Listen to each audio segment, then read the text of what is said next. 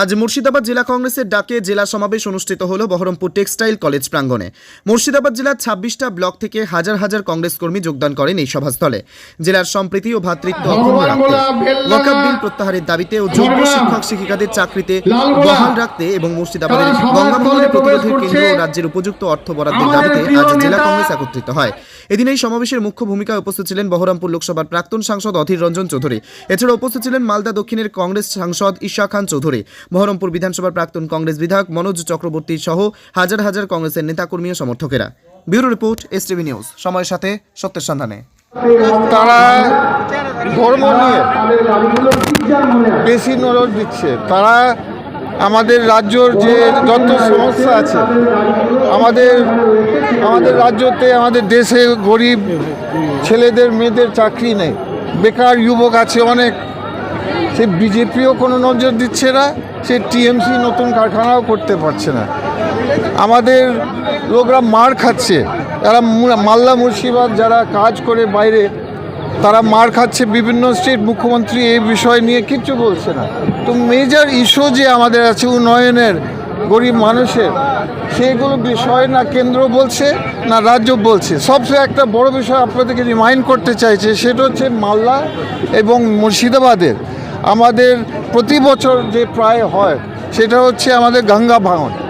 কিন্তু আমি কোনো দিন যে ওই বড় বড় বিজেপি টিম, সুকান্দার মজুমদার এসছিল মথাবাড়ি মালদাতে, ওরা বিভিন্ন এমপিদের সঙ্গে এসছে, কিন্তু ওদের টিম দেখা যায় না। যখন লক্ষ লক্ষ মানুষ আমাদের মুর্শিদাবাদ এবং মালদাতে তাদের ক্ষতি হয়, হিন্দু ভাইরা, মুসলিম ভাইরা, তাদের বাড়ি পড়ে যায় গঙ্গাতে, কিন্তু কোনো বিজেপি বড় নেতা দেখতে পারে কোনো টিম কেন?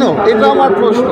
তার আমি আমার যাওয়া হচ্ছে যে ওরা আমাদের এদের ইন্টারেস্ট হচ্ছে ধর্ম রাজনীতিতে। কীভাবে মানুষকে উত্তেজিত করতে পারেন, বিভেদ সৃষ্টি করতে পারেন, এটা হচ্ছে এদের ওয়ান ট্র্যাক এজেন্ডা। আমি খুব দুঃখিত।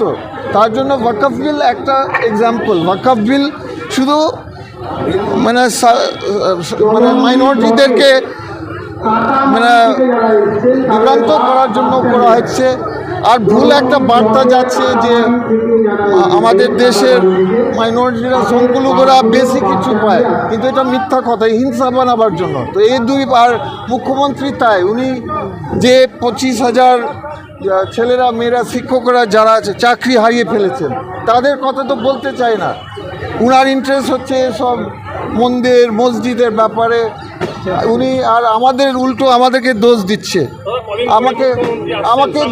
আমাকে বললেন মুখ্যমন্ত্রী যে আমার নাম দিয়ে বলেনি, কিন্তু বলেছে কংগ্রেসের সংসদ আমরা দেখতে পারিনি কেন। আরে আমি গেছিলাম তাহলে 13 তারিখে, কিন্তু 13 তারিখ পুলিশ আমাকে ঢুকতে দেয়নি। তো আমি তো পুলিশের সঙ্গে, ওরা বললো যে দেখুন একটা রাইটিং চলছে, আপনি একটা সাংসদ গেলে একটা গ্যাদারিং হবে, একটা রিস্ক হবে মানুষের জন্য, আপনি কয়দিন পরে আসুন। তো আমি ভাবলাম কোঅপারেশন তো করতে হবে পুলিশের সঙ্গে। মালদাতেও পুলিশ বলছে এখন বড় বড় মিছিল করেন না, কিছুদিন পরে করেন। আমাদের কংগ্রেস পার্টি আইন শৃঙ্খলা পার্টি, তার জন্য পুলিশের সঙ্গে আমরা খানিকটা কোঅপারেশন করছি। তারপরে মুখ্যমন্ত্রী কি করে বলেন আমাদের ফায়দা লিখছেন রাজনীতি, বলছে কংগ্রেসকে দেখা যায় না। বাবা, আপনার পুলিশ বলছেন কোঅপারেশন করতে, আর আপনি পুলিশের মুখ্যমন্ত্রী আর বলছেন দেখা যায় না। এটা তো হয় না, এটা একটা বাজে রাজনীতি। এনআরসি পার্ট 2, তার জন্য আমি বলছি এনআরসি পার্ট 1 যেমন হয়েছে, হিন্দু ভাই মুসলিম ভাই ধর্ম নিয়ে ভয় দেখানো হয়েছে, আবার এনআরসি পার্ট 2 যে ইলেকশন যেহেতু আসছে 10 মাসের মধ্যে, আবার ভাইদেরকে মধ্যে টেনশন বাড়াতে চাইছে, আর চাইছে যে ভোট বিজেপি আর টিএমসি এর মধ্যে বিভেদ সৃষ্টি হয়, মানুষের ভোট বিভেদ সৃষ্টি হয় ধর্ম নিয়ে। আর আমাদের পার্টি হচ্ছে ধর্ম নিরপেক্ষ। আমরা বিলিভ করে সবার উন্নয়নের জন্য, সবার শান্তির জন্যই সেটা হচ্ছে কংগ্রেসের মানে শিক্ষা। এনআরসির সময় যেভাবে গন্ডগোল হয়েছিল, ভোট আসছে এবার এনআরসি পার্ট 2, আপনারা কি আরো আশঙ্কা করছেন যে এরকম ঘটনা ঘটতে পারে?